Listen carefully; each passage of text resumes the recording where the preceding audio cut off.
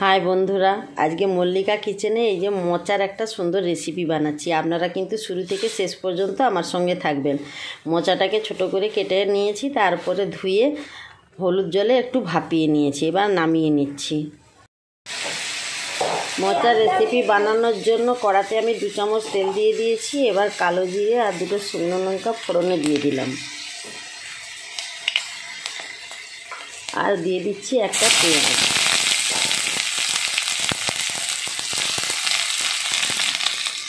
এবার ভালো করে একটু লাল লাল করে ভেজে নিচ্ছি।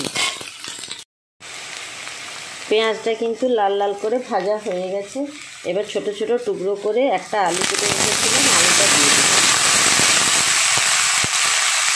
দিয়ে আলুটাকে ভালো করে একটু নেড়ে নিচ্ছি।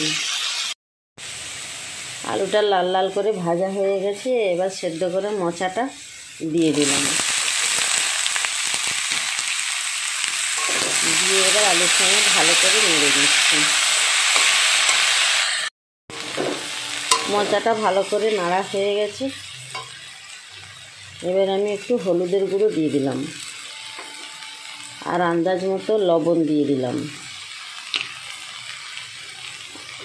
আর হাফ চামচের মতো জিরে গুঁড়ো দিলাম, হাফ চামচের মতো ধনে গুঁড়ো দিলাম। দিয়ে ভালো করে আবার মিশিয়ে নিচ্ছি মশলাটা। আর 1 চামচ পোস্ত আর 4টা শুকনো লঙ্কা বেটে নিয়েছিলাম, সে বাটা মশলাটা এবার দিয়ে দিচ্ছি।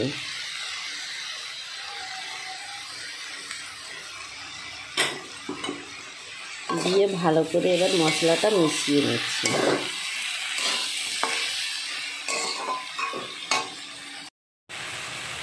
মশলাটা ভালো করে মেশানো হয়ে গেছে। এবার আমি একটু জল দিয়ে দিচ্ছি। জল দিয়ে ঢাকনা দিয়ে দিলাম। সব শেষে আমি একটু গরম মশলার গুঁড়ো দিয়ে দিলাম, একদম কিন্তু কম করে দিয়েছি। আর 1 চামচ ঘি দিয়ে দিলাম।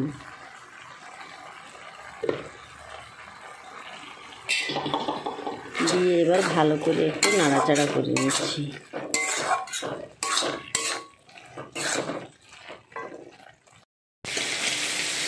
সব শেষে কিন্তু এই যে চিংড়ি মাছ ভেজে রেখেছিলাম, চিংড়ি মাছ ভাজাটা দিয়ে দিচ্ছি। আপনারা শুরু থেকে শেষ পর্যন্ত আমার সঙ্গে ছিলেন তো। খেতে কিন্তু অসাধারণ লাগে। আপনারা কিন্তু বাড়িতে একবার হলেও এভাবে বানিয়ে খাবেন। আমার কিন্তু রান্নাটা পুরো কমপ্লিট হয়ে গেছে। আমি এবার নামিয়ে নিচ্ছি।